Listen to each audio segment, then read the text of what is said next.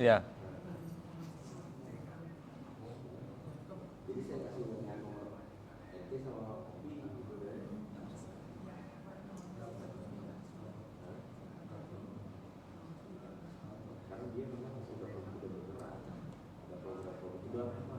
Ya.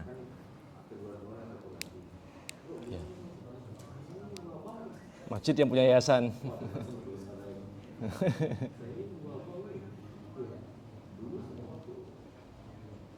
Ya.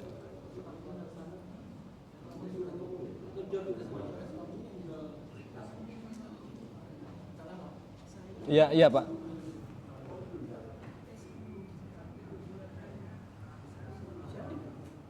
Baik, baik. Oh, alhamdulillah.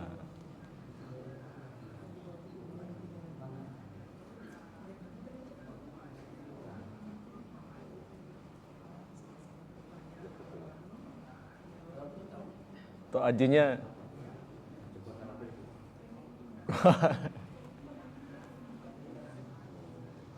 Oh, ya. Baik.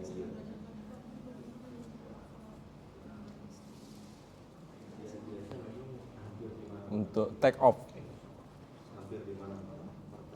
Baik, Pak Abdul Hadi.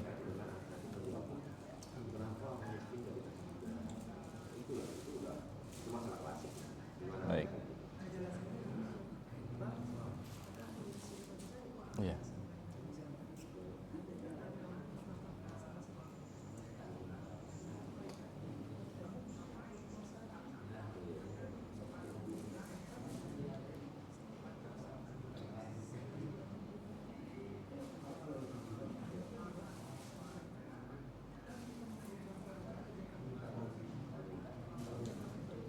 Baik.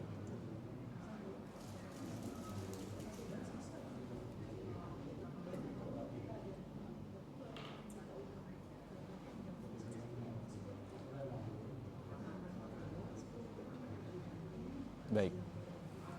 Ya.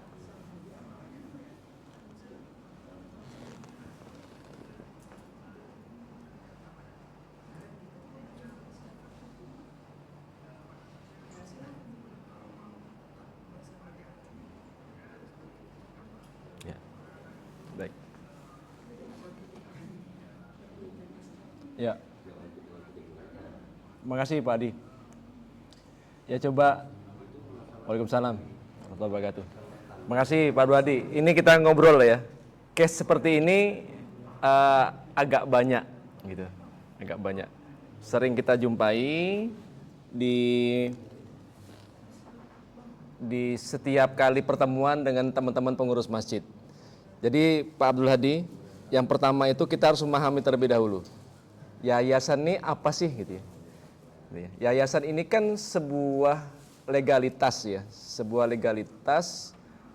Kalau dalam istilah undang-undang di Negara Kesatuan Republik Indonesia itu disebut sebagai badan hukum. Badan hukum itu memisahkan antara aset personal dengan aset perusahaan. Dulunya itu nggak ada istilah yayasan sebelum adanya NKRI, kan gitu. Berarti substansi dari dakwah itu adalah di masjid. Sementara yayasan itu teknis kan Pak? Gitu ya. Maka kemudian konsepsi kepemimpinan yang kita kembangkan di masjid ini adalah konsepsi kepemimpinan manusia, bukan kepemimpinan yayasan. Kepemimpinan manusia berbasis masjid, gitu. Nah, kemudian kalau kita butuh legalitas, tinggal cari aja. Mau lembaga pakai akta notaris boleh, pakai yayasan boleh, dan lain sebagainya. Nah, substansi ini dulu yang dibangun. Jadi kepemimpinan manusianya, konsolidasi semuanya.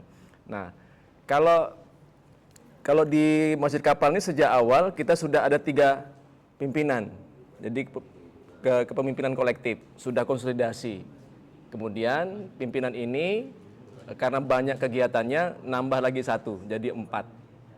Nah, kemudian karena sudah banyak aset dan itu bahaya secara publik gitu ya, karena butuh membangun trust, kita bikin yayasan. Kenapa yayasan? Supaya terpisah antara aset pribadi dengan aset milik publik gitu. Nah, Kan nggak bisa kemudian masjid itu diaudit, tapi kalau yayasan bisa diaudit. Maka kemarin kita audit yayasan. Tapi nggak pernah ada rapat pengurus yayasan. Yang ada tuh rapat pimpinan masjid atau pengurus masjid. Gitu. Itu ya Pak ya. Jadi yayasan itu sebuah sama seperti PT dia Pak. Makanya substansinya itu diajak cara berpikirnya, masjidlah yang punya yayasan, masjidlah yang punya PT, bukan PT, bukan perusahaan, bukan perseroan yang punya masjid, gitu. Kalau cara pandang ini sudah clear, nanti akan lebih nyaman, Pak Abdul Hadi. Jadi yayasan itu ya kurang lebih ya seperti koperasi, seperti perseroan terbatas, itu bahasa NKRI ya, bahasa hukumnya. Tapi substansinya harus selesai di masjid terlebih dahulu, gitu. Kira-kira seperti itu apa prosesnya. Nah kalau kita coba lihat cara penyelesaian konfliknya, pimpinan ini sebenarnya adalah strategi untuk meminimalisir konflik, Pak. Jadi kita meniru kepemimpinan kolektif ini dari Gontor. Gontor itu awalnya itu dari Tegalsari. Hanya ada satu kiai. Tapi karena keluarga konflik, ya kan, kemudian mereka mengambil perwakilannya menjadilah pimpinan. Konflik sudah selesai di situ. Nah, jadi sampai sekarang nggak pernah terjadi lagi konflik, gitu. Nah, saya pikir boleh nanti dikonsolidasikan di Metro Lampung, masjidnya Bapak. Itu semua orang yang berpengaruh tuh sudah jadikan pimpinan aja semua. Kemudian dicarilah satu orang pengasuh yang betul-betul kredibel, gigih. Baru kemudian berpikir, ini bagaimana aset-asetnya bisa dikonsolidasikan. Nah, tinggal pikir, mau bikin lembaga masjid, atau bikin yayasan. Kan gitu Pak. Biar nanti alurnya jelas. Jadi yang substansinya itu pada manusia, bukan di yayasan, bukan apa. Nah nanti supaya sinergis, nanti pimpinannya itu mungkin bisa berevolusi menjadi pembina, pengasuhnya menjadi ketua yayasan, gitu. Jadi kita nggak dimain-mainkan dengan itu kan berarti kan terpisah Pak, semacam sekuler gitu ya. Yang ngurusin masjid ya itu pimpinan sendiri, yayasan itu sendiri. Ya akhirnya terpisah-pisah. Kalau kami di sini yayasannya ya itu aja orangnya. Misalnya di sosial kita bikin Yayasan Baitul Mal Indonesia. Siapa pembinanya? Pembinanya To'ya. Kan kalau di yayasan kan yang tertinggi itu kan Dewan Pembina. Ketuanya siapa? Ketuanya Tok Aji. Kemudian di Pondok Modern Menjelang Ashabul Yamin, ya kan, dibalik pembinanya Tok Aji. Mohon maaf. Pokoknya gitu-gitulah, dibalik-balik lah. Semuanya pimpinan di situ. Kemudian untuk yang usaha-usaha itu dibikin PT, namanya PT Hebat. Ya kan, semua pimpinan tuh menjadi komisaris. Jadi udah gitu-gitu aja mainnya, pimpinan semua yang bergerak, jadi nggak ada konflik. Kita fokus beramal soleh. Gitu kira-kira prakteknya di Masjid Kapal Munjalan, Pak. Gitu. Mudah-mudahan bisa diterima ya Pak Udadi. Baik, mungkin Bapak-Bapak ada yang ingin bercerita tentang pengalaman pengelolaan masjid, dipersilakan. Ini kasus Pak Abdul Hadi ini menarik, mungkin ada yang bisa memberikan masukan. Monggo.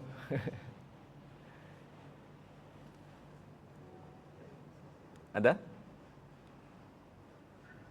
Bertanya? Boleh. Boleh. Pak siapa nih? BSD Tanggerang Selatan. Siap. Pak Haris ya? Wah, siap. Alhamdulillah. Ini peserta paling rajin. Siap, monggo Pak Haris. Iya. Baik. Masya Allah. Siap.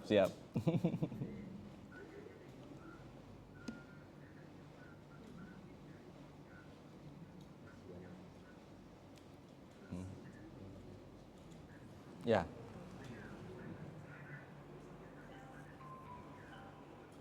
Ya.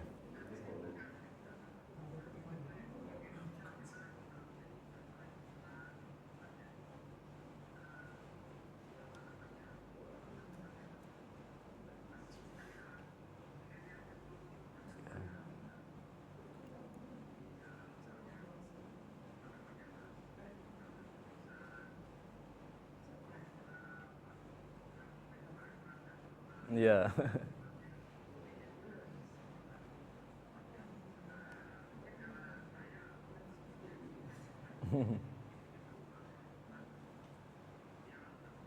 Iya.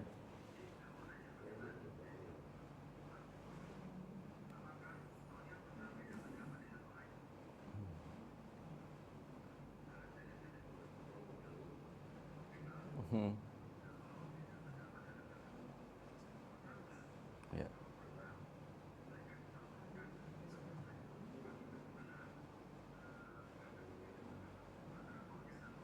Iya.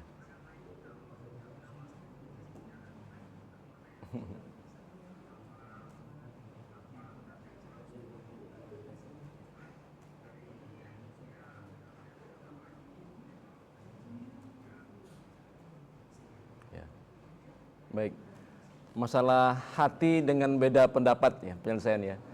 Saya nggak tahu ya karena ya memang dua orang ini memang guru kami, beliau berdua ini memiliki proses ya, proses perjalanan hati yang berbeda. Secara spesifik saya nggak bisa jawab karena ini sangat pribadi.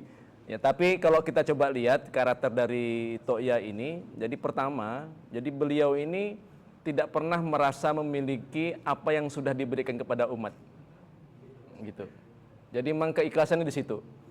Nah itu juga menjadi tradisi. Ketika sudah memberikan ya sudah, ini milik umat. Milik umat ini tidak berarti beliau tidak bisa menggunakan. Maksudnya gini, Masjid Kapal Munjalan itu dibangun dengan dana 1,5 miliar. Tapi beliau kan nggak ada aturan beliau nggak boleh sholat di situ, gitu. Itu tetap bisa sholat di situ kan gitu.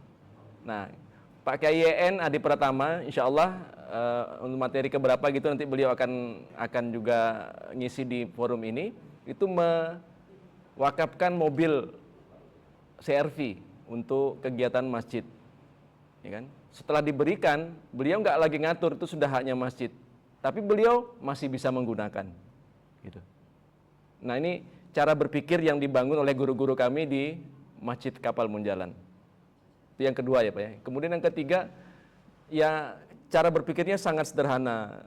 Jadi nggak berpikiran bahwa ngurus masjid ini kepengen kaya, kepengen berkuasa gitu ya. Karena begitu orang kepengen kaya, malah dia akan jadi miskin terus. Begitu orang kepengen mencari pengaruh, malah pengaruhnya lari dari dia gitu loh. Jadi guru-guru kita ini sangat sadar pada saat menggawangi atau mengatur nahkoda ya sebagai nahkoda di Masjid Kapal Munjalan ini. Sangat sadar sekali, paham dengan bahwa kejahatan yang dilakukan itu akan balik lagi pada dirinya, kebaikan akan kembali lagi pada dirinya. Apa tuh kalau dalam firman Allah tuh ahsantum, apa saya agak lupa tuh. Nanti tanya lagi lah dengan Tok Aji. Apapun yang kita perbuat itu akan kembali pada diri kita, apapun kejahatan kita bikin akan kembali lagi pada kita, gitu ya. Itu kita pelajari di awal-awal seperti itu. Kemudian masalah apakah pernah terjadi beda pendapat, seringkali, tapi kami nggak punya tradisi berdebat, sama sekali. Jadi kalau misalnya ada pendapat gitu, semuanya mendengarkan, semuanya membackup. Soalnya nggak pernah ada kata tidak tuh nggak ada. Kepengen bikin ini, apa yang bisa dibantu? Apa yang bisa dibantu? Walaupun kemudian jatuh sama-sama gitu, gagal misalnya. Ya udah, sama-sama kan, nggak ada ejek-ejekan, bareng, pokoknya disupport gitu. Nah itu nggak ada tradisi debat. Pokoknya kalau nggak setuju, diam. Kalau setuju, bareng jalan-jalan. Jadi nggak ada perdebatan. Sama sekali saya nggak pernah melihat guru-guru kami ini, Ustadz Lukmanul Hakim dengan Tok Aji dengan Tok Ya ini berdebat. Tapi kalau beda pendapat pernah, tapi nggak sering. Ini fakta di lapangan gitu ya. Nah kemudian bagaimana cara menyelesaikannya? Ya kalau istilah Toya tadi sudah kita putuskan pimpinan tertingginya pengasuh, percayakan kepada beliau. Ya kan, untuk hal-hal teknis segala macam percayakan saja. Percayakan untuk ambil keputusan kita samina wa ta'na. Setelah ribet kan banyak aktivitas. Nah, hal-hal yang strategik misalnya kayak mengatur struktur organisasi segala macam itu kita putuskan lewat musyawarah supaya dikunci gitu Pak. Untuk apa dikunci ini? Supaya kita bisa mewariskan sistem kepada generasi selanjutnya. Gitu. Nah, ini yang kita lakukan dan itu terus berubah, diperbaiki terus. Struktur organisasi yang kita bikin kemarin, yang saya sampaikan, itu bukan didesain sejak awal, tapi itu proses penataan. Gitu, Pak. Jadi bukan kemudian kita bikin struktur organisasi dulu, baru cari orangnya. Ada orangnya dulu, baru kita tata, bangun struktur organisasinya. Gitu kira-kira Pak Riz. Jadi beda cara berpikirnya, gitu, dengan yang biasa. Mudah-mudahan bisa terima ya Pak Riz. Makasih sama-sama. Baik. Ya silakan, ada lagi yang ingin berbagi pengalaman? Saya tadi lihat banyak, ada dari Lampung juga kalau nggak salah tuh, ayam geprek apa ya, setiap seminggu sekali itu menyediakan makan untuk jamaah, itu Masya Allah ya, luar biasa, positif piring. Ada lagi yang ingin berbagi pengalaman? Kita memperkaya. Ya, dengan Pak Sidik, oh Pak Jabiro Sidik, siap. Monggo Pak De. J, Pak.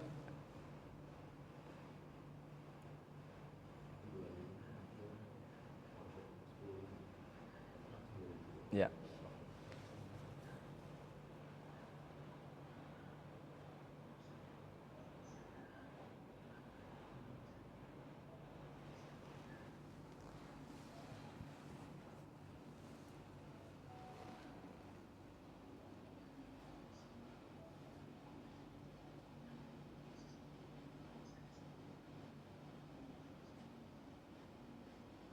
Masya Allah.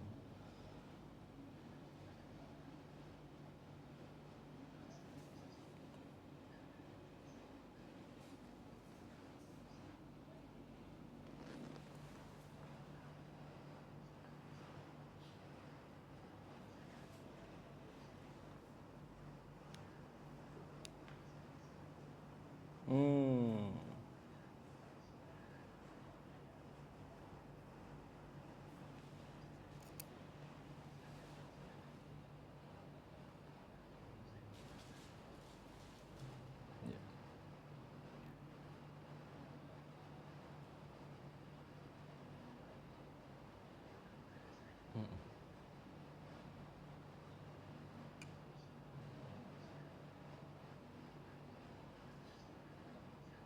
Hmm. Konflik.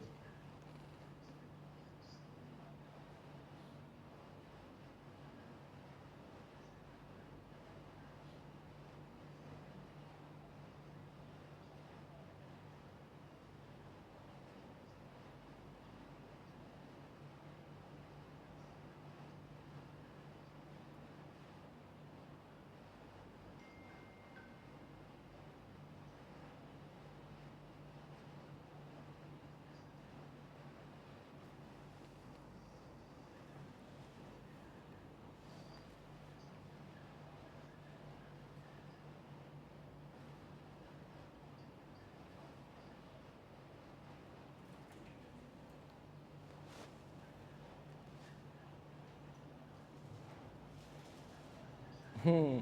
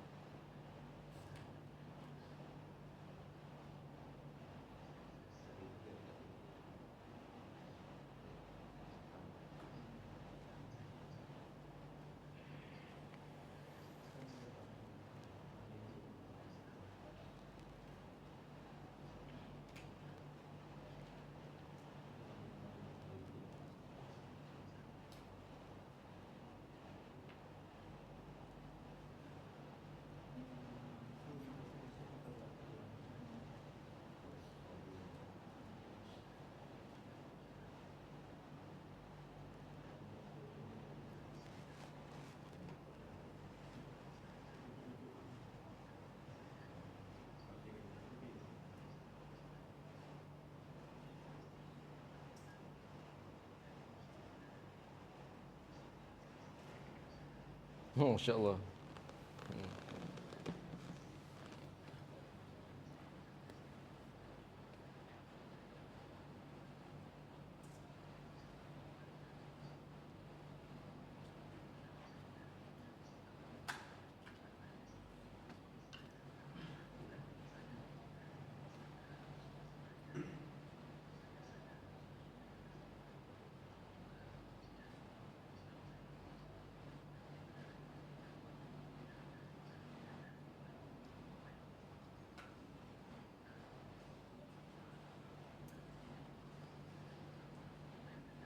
Ya,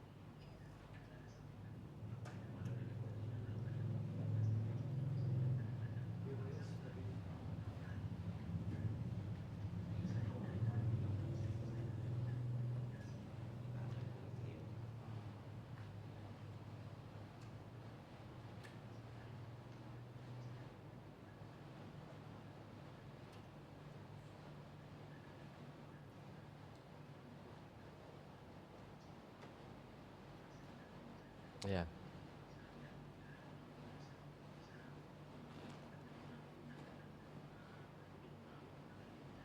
itu. Ya, ya,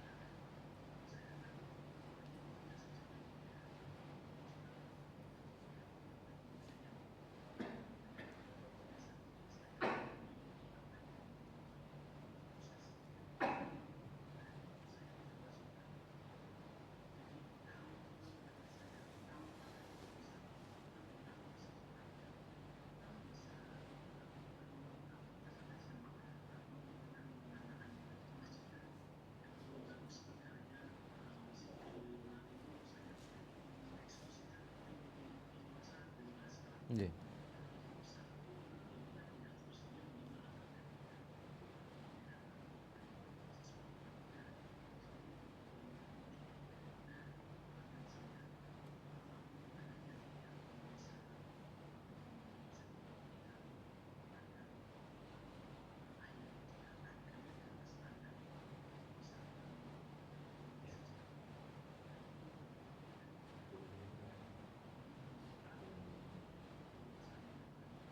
baik.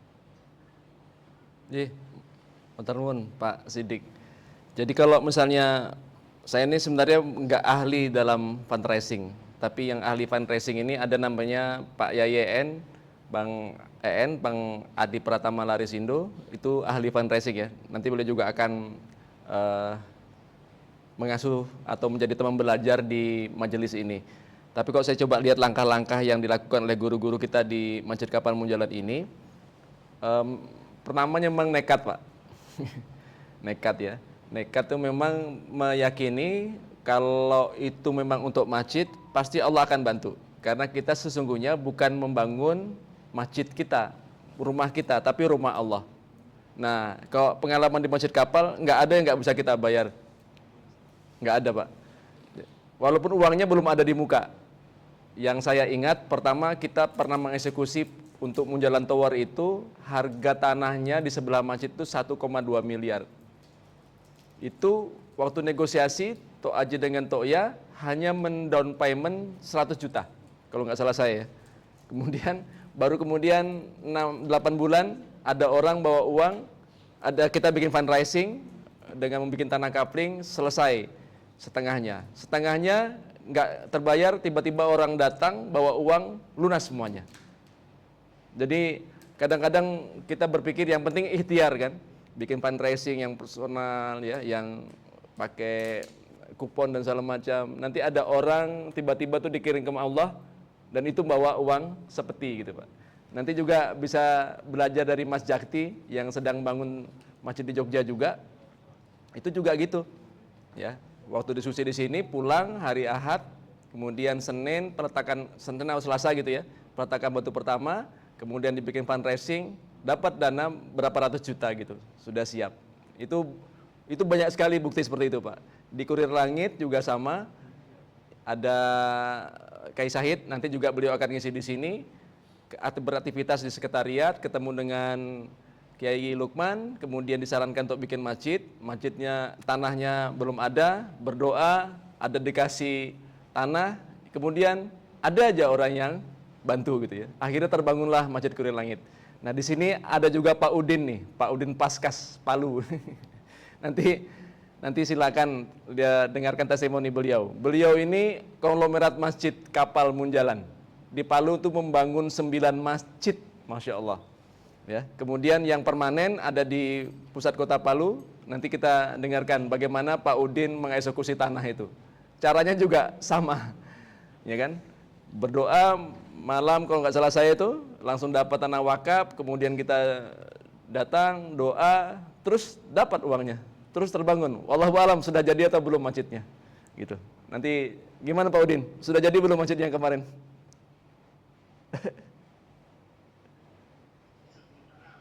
Iya, sementara ya, Masya Allah. Ini 9, beliau ini bangun 9 masjid kapal di Palu, Masya Allah, luar biasa. Hampir semua pesantren beliau suplai berasnya, ini Pak Udin di Palu. Sehat Pak Udin? Kiai Udin nih. Masya Allah, siap rindu. Nah, ya, nanti Japrian aja. Bagaimana prakteknya, Bang Udin bagaimana bisa punya 9 masjid, kemudian sekarang lagi bangun masjid yang permanen gitu ya. Nanti bisa diskusi dengan teman-teman. Gimana Pak? Oh ya, nanti saya nanti kontak dengan admin minta HP-nya Pak Udin gitu. Nanti saya punya HP-nya, kita kasihkan. Ya, kita bersaling satu rami. Ya, itu ada yang minta testimoninya Pak Udin. Cerita dikit.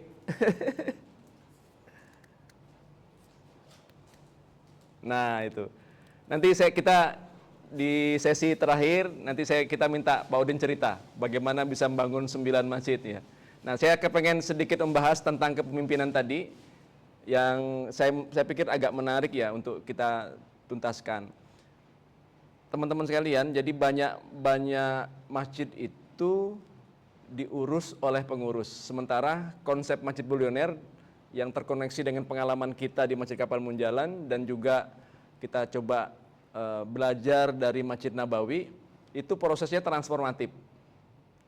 Pengurus masjid, ya kan, itu menjadi guru atau kiai, ya kan. Nah, imamnya ini jadi kiai, kemudian pengurusnya itu siapa? Ya santri. Di situ akan mengurangi konflik, Pak. Karena sudah ada tradisi, sudah ada keyakinan di masyarakat muslim, itu kalau orang yang tidak punya adab dengan gurunya, tidak punya adab dengan kiainya, itu nggak berkah hidupnya, gitu. Tapi kalau misalnya kita cara berpikirnya tidak transformatif, masih menggunakan kepengurusan ada pembina, penasehat lah, ketua, sekretaris, bendahara, di mana hubungan itu bukan tidak ada hubungan spiritual gitu ya. Ya akhirnya menjadi flat, Pak. Maka kalau kami itu mendorong supaya masjid-masjid teman-teman ini bisa bertransformasi menjadi pusat tarbiyah. Apa itu pusat tarbiyah? Harus ada kiainya. Kemudian melakukan tarbiyah.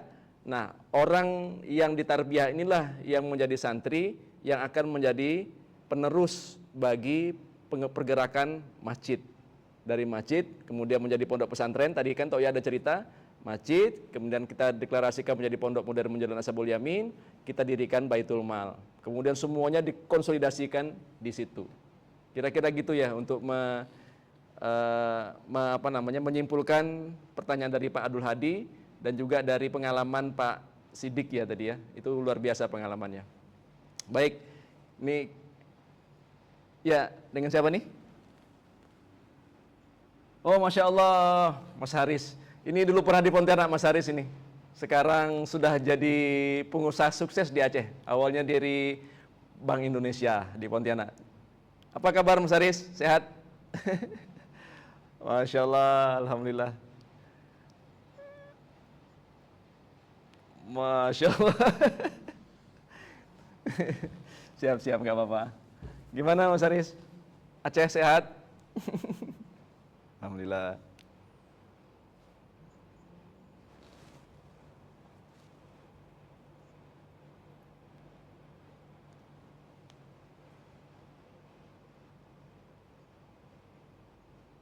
Ya.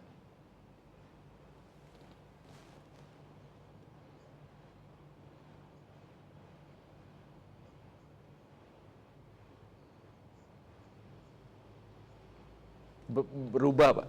Bertransformasi. Iya.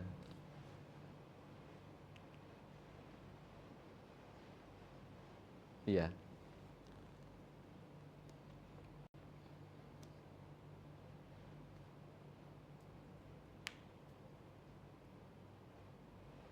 Iya.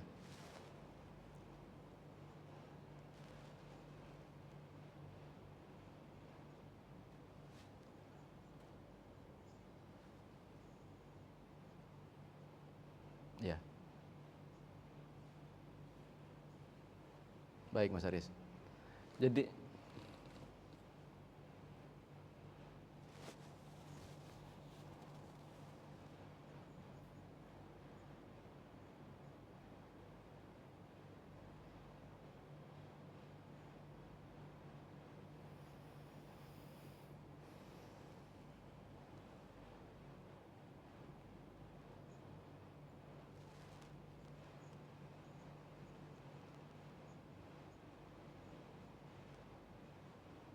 baik.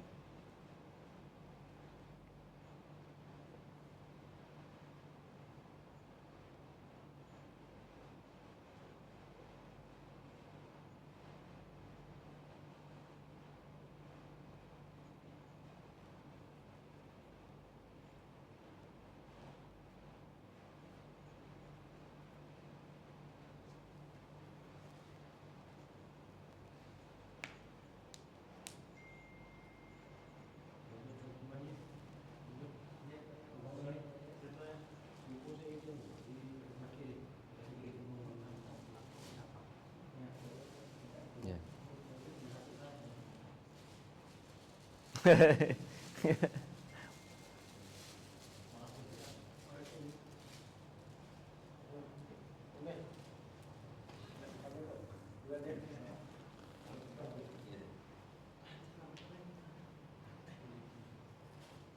Betul.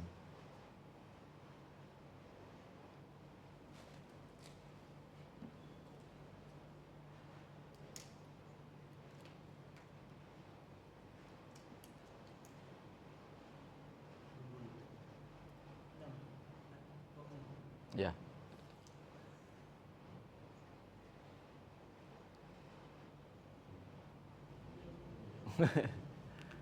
Baik, makasih Mas Haris.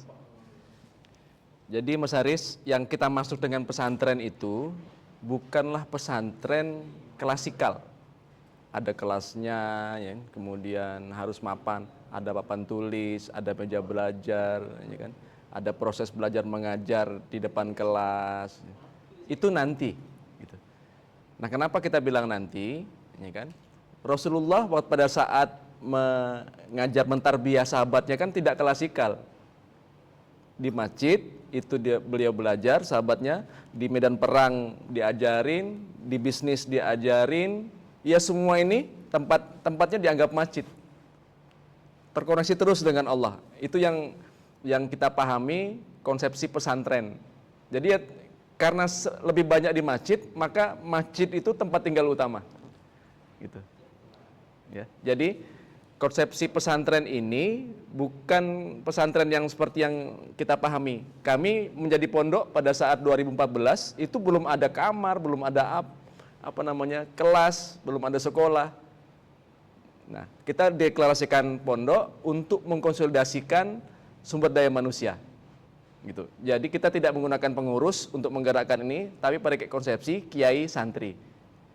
Yang digerakkan santri, yang menggerakkan kiai. Nah, kiai ini dibantu oleh pimpinan untuk membuat strategi. Gitu kira-kira Bang Haris ya, cara berpikirnya. Jadi nggak mesti kemudian harus berpikirnya gini, harus ada tanah 1 hektar, gitu ya. Nggak mesti gitu. Masjid Kapal Munjalan ini ya kecil, hanya 18 kali 17 gitu kan, tapi kemudian membesar. Ada lagi sahabat yang kepengen bekerja, carikan rumah fundraisingnya terus bertumbuh.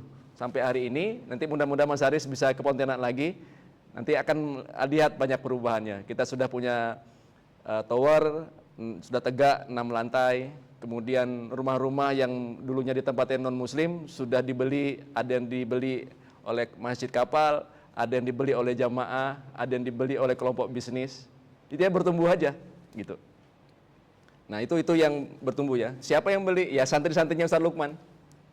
Apakah santri-santri itu belajar di kelas? Enggak, gitu. Apakah belajar 6 tahun kayak model di KMI? Ya enggak. Begitu ditarbiyah, sepakat, nyaman, kadang-kadang udah langsung diajak bareng, ayo bareng kerja. Tapi tetap konsepsinya santri, sami'na wa ta'na dengan kiai atau imam masjidnya, gitu. Nah, mudah-mudahan bisa diterima mindsetnya ya, gitu. Waalaikumsalam. Ya, baik. Yang mana tuh? Sebentar, Mas Haris dulu. Satu lagi yang apakah kaya, baru yang amal soleh itu ya, berhenti ya.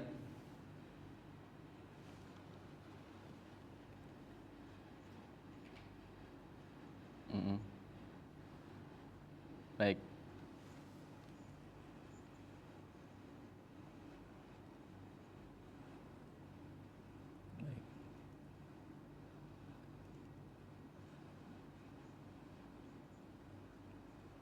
Ya. Ya. Betul.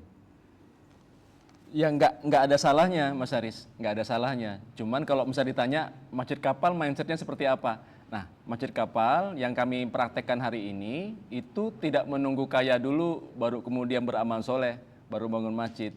Tapi langsung aja bangun beramal soleh, tapi lewat masjid. Kenapa lewat masjid? Karena masjid ini permanen. Nah ini juga yang bisa menjelaskan, menjawab kenapa banyak amal soleh yang dilakukan oleh masyarakat itu mandek. Gitu. Karena berbasis warung kopi, karena berbasis sekretariatan, karena basis ruko gitu. Rukonya habis kontrakan, selesai juga amal solehnya gitu. Tapi masjid ini kan permanen milik umat. Maka semua aktivitas sosial itu kita dorong untuk bangun masjid. Kalau serius bangun masjid, nanti kita bantu. Tapi kalau misalnya nggak mau bangun masjid, ya sudah, itu juga baik. Tapi kita nggak yakin itu bisa berkesinambungan. Gitu kira-kira. Nah, yang kedua paradigmanya, jangan menunggu kaya dulu baru kemudian membangun masjid, kemudian bikin amal soleh. Bangun masjid aja dulu. Nah, dari masjid baru kemudian kita dirikan perusahaan-perusahaan. Terus itu gimana kalau bisa lebih lebih makmur misalnya gitu ya. Jadi saya cerita sedikit Mas Haris. Saya pada tahun 2013 itu membuat perusahaan. Cara berpikirnya juga sama. Nanti kalau saya kaya, saya akan bangun masjid, bikin kampus, bikin pesantren dan segala macam. Nyatanya nggak ada, habis semua. Yang tertinggal sisalah Masjid Kapal Munjalan ini. Justru Masjid Kapal Munjalan ini hari ini bukannya apa ya, banyak sekali asetnya. Ada 16 mobil. Kami boleh pakai satu hari gonta-ganti 16 kali juga gak ada masalah. Tapi itu bukan punya pribadi, milik masjid. Tapi kan gak ada masalah. Yang penting kan kita hak pakai. Kalau punya pribadi pun, mobilnya nggak kita bawa mati kan gitu. Bisa kita pakai. Kan gitu kan. Yang penting dia beramal soleh. Jadi kalau misalnya saya berpikiran mempertahankan cara berpikir yang lama, bikin perusahaan dulu, kami nggak bisa sampai hari ini, nggak akan mungkin punya armada sampai 16 kendaraan roda 4, 20 kendaraan roda 2, bisa menyelesaikan sekitar 200.000 ya, anak yatim dan santri penghafal Quran itu nggak mungkin. Pengusaha mana di Kalbar ini nggak ada. Sekaya-kayanya, makanya saya bilang mana anak di HIPMI, di Kalbar, sekaya-kayanya pengusaha Kalbar itu nggak ada yang sehebat guru-guru saya di Masjid Kapal Munjalan. Mereka bisa menyelesaikan kebutuhan orang-orang miskin, orang-orang marginal, gitu. Tapi konsepnya bukan kaya dulu baru menyumbang. Ya udah berbuat aja, ngajak bareng-bareng gitu. Itu kira-kira Mas Haris cara berpikir Tokya, Toa Haji, Bang En dan teman-teman di Masjid Kapal Munjalan gitu. Nanti bisa kita dengarkan testimoni Pak Udin. Pak Udin kaya dulu baru bisa ngurusin anak-anak yatim itu atau langsung aja kerja. Nah, itu kita dengerin. Gitu ya. Ayo Pak Udin. Pak Udin, ini teman-teman kepengen dengerin cerita nih. Kapan ketemu Ustaz Lukman, kemudian gimana bisa membangun 9 masjid. Apakah Pak Udin kaya duluan baru bikin masjid sampai 9 masjid, atau ya berbuat aja dulu, bangun dulu, kemudian ada keajaiban-keajaiban. Silakan Pak Udin. Waalaikumsalam.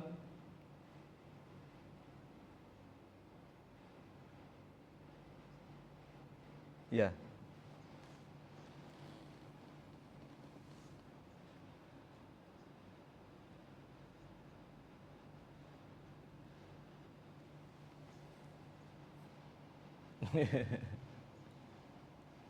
Iya.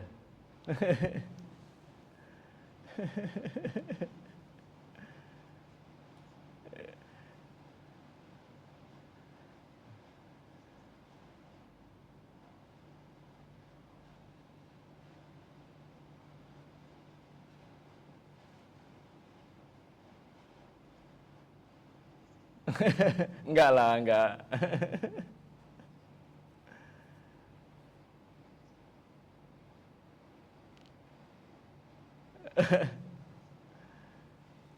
J.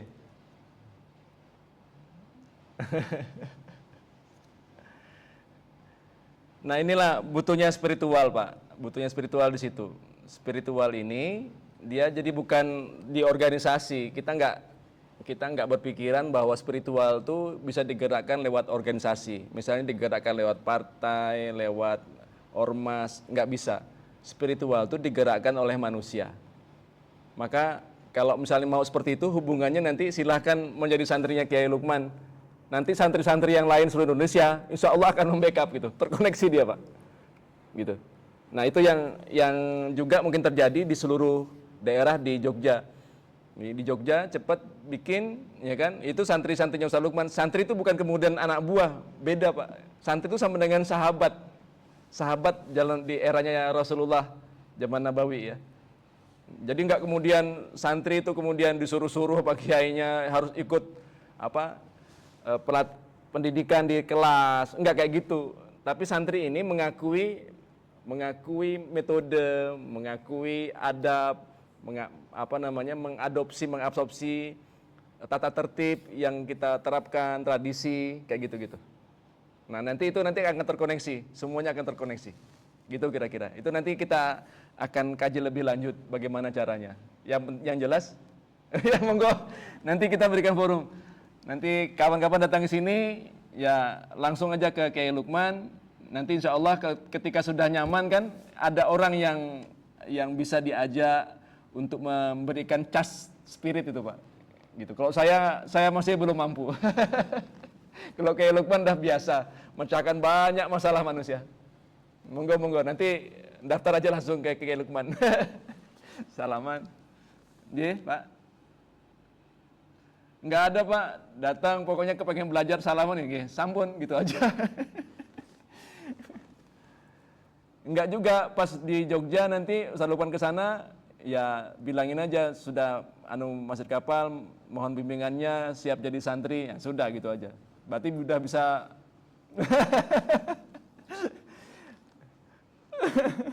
Ada semua. Nah ini kita dengarin.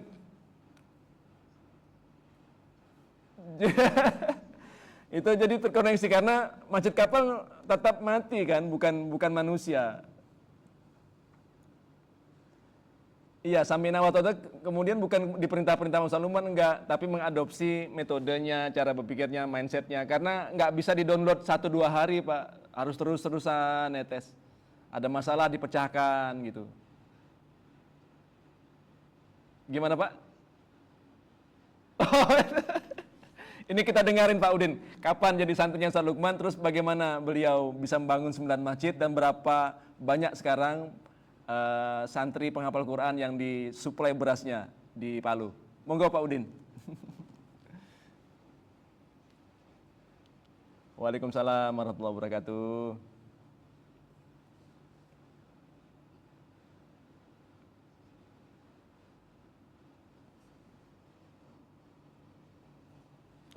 Enggak lah.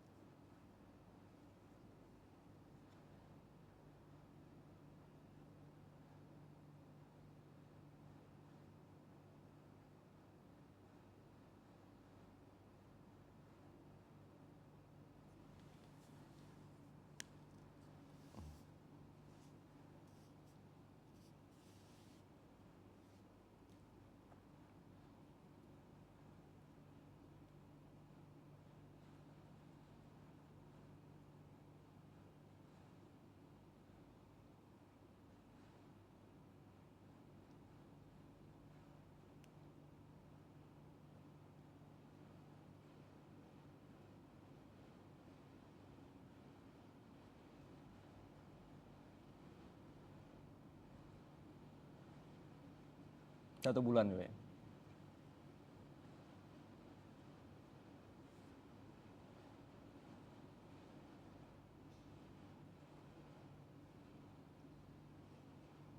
Masya Allah.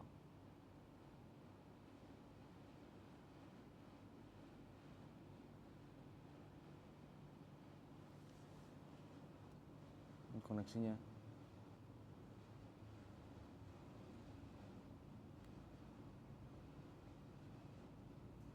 Ya, putus kayaknya di Palunya kayaknya.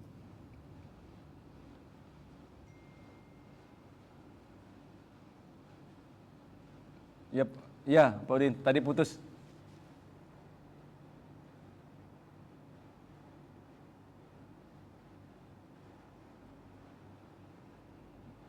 Dari gempa tadi, Pak.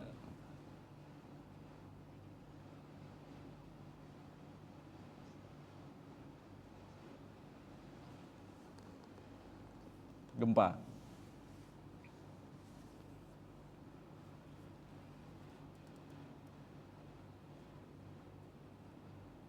Masya Allah.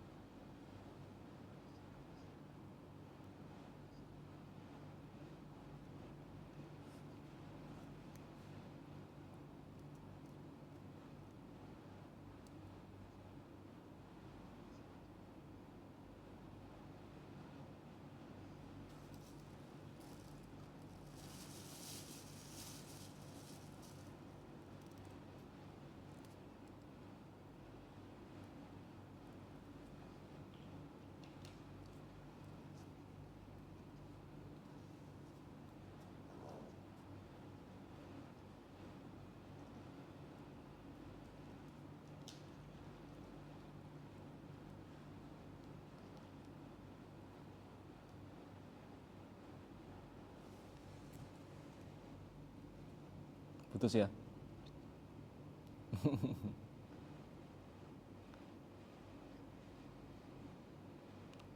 Wajangannya apa Pak? Pak Udin? Putus.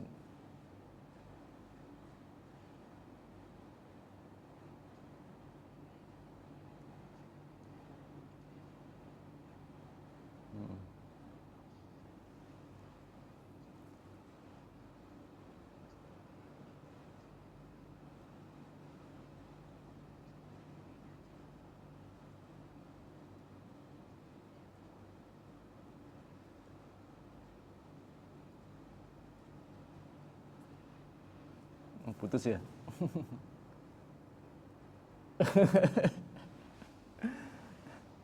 Putus.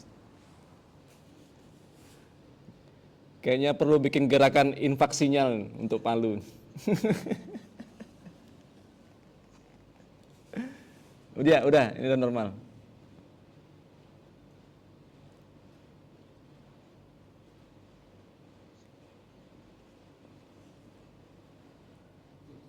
Putus lagi.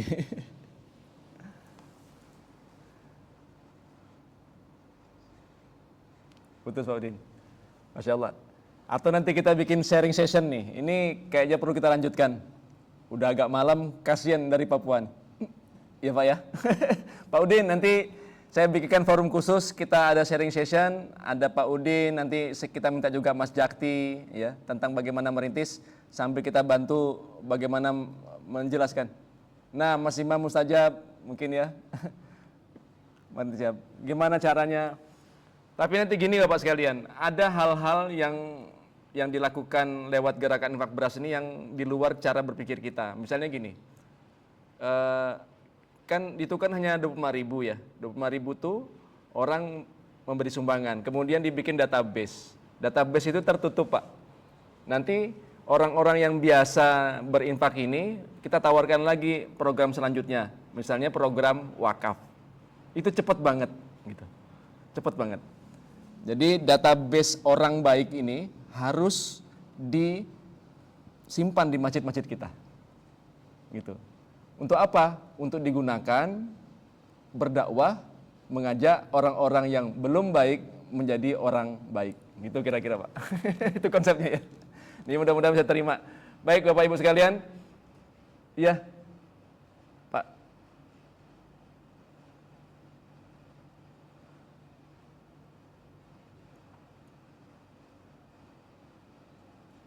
Ini maaf dengan Pak siapa nih ya? Pak Ajis, nggak muncul videonya nih.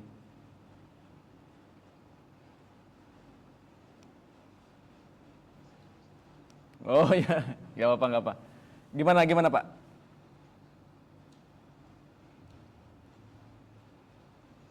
Baik.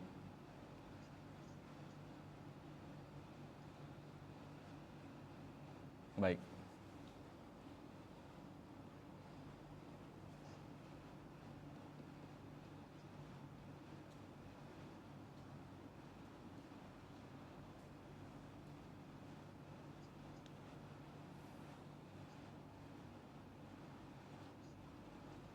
Betul. Baik.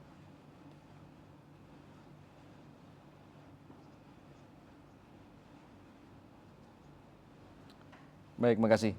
Nanti akan kita bahas, Pak, lebih detail gitu ya. Tapi kalau misalnya ditanya bagaimana supaya titis, sebenarnya hari ini yang paling tajam itu apa yang sudah diletakkan oleh Rasulullah 1400 tahun yang lalu. Ya. Maksudnya gini, sekarang ini kan misalnya Bapak bikin postingan di Facebook, emosinya nggak kuat. Yang like sedikit, yang share nggak ada. Tapi kalau misalnya kita bikin emosi kuat, itu orang yang like banyak, yang share juga banyak. Saya misalnya bikin tulisan yang emosinya biasa-biasa saja. Misalnya foto lagi minum kopi di pasar, saya posting. Siapa yang membagiin postingan seperti itu kan? Tapi begitu saya capture, ada seorang sahabat kita yang istrinya hamil, kemudian melahirkan di ruang isolasi dan wafat di situ, itu yang share 300, 400 orang. Ini namanya emosi Pak, engagement. Dia akan menyebar dengan sendirinya. Nah, anak yatim, santri penghafal Al-Quran itu sangat kuat emosinya dibandingkan membantu kaum miskin. Jadi karena hadisnya ada. Nah, ini nanti akan kita pelajari kenapa GIB, Gerakan Infak Beras, itu memilih sasaran anak yatim, santri penghafal Quran. Nanti ya.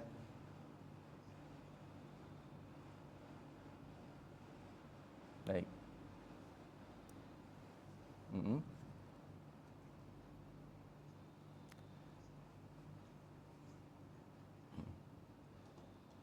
Ya, betul.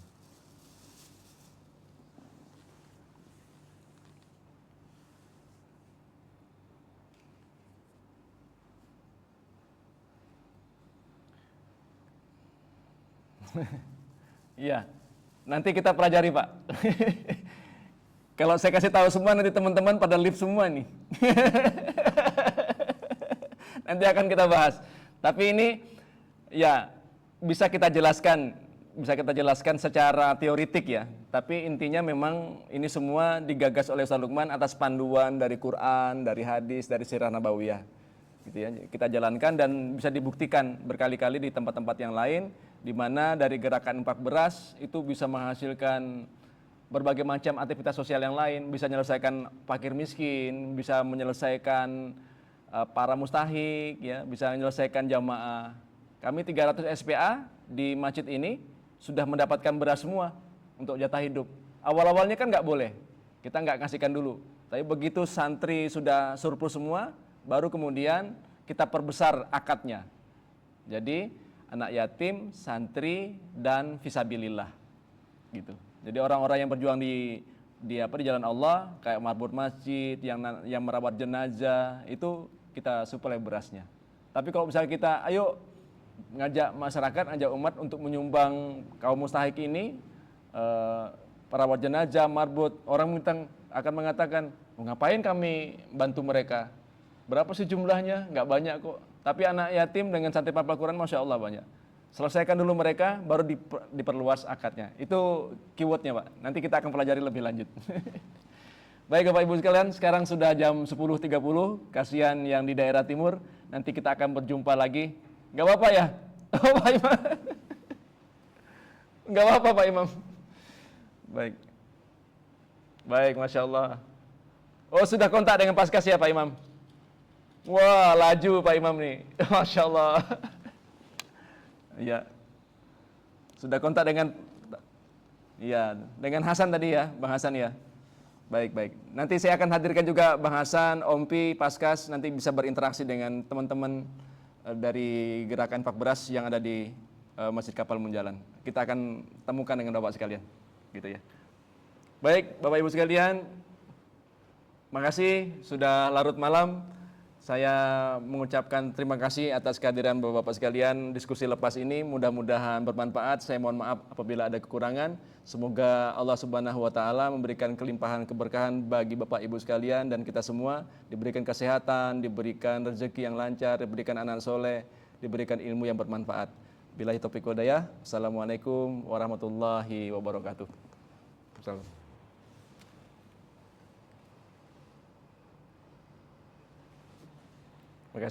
Makasih, Pak. Si.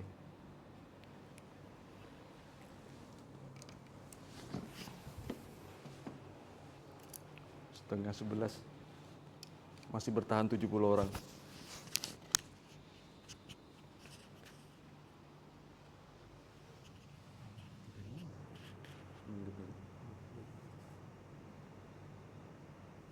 Exit.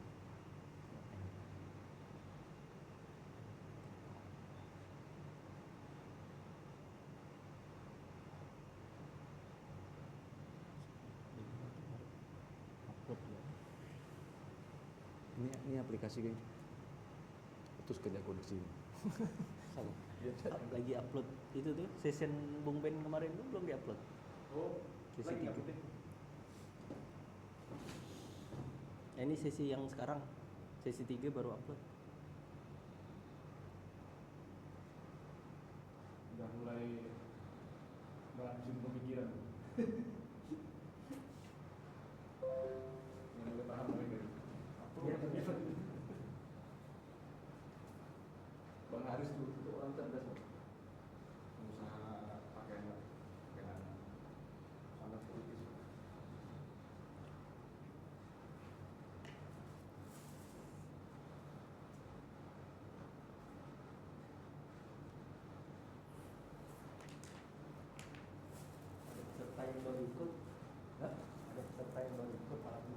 Ada lagi. Kemarin dia itu sebenarnya dari sesi juga sama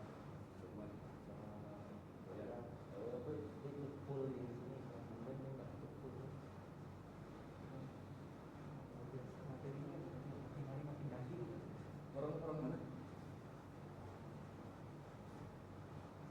kami juga baru sebelum ngecek ini telepon Ini harus kita pertahankan. Mau ngetes ini kita nih, mau bikin simple tapi nantang juga.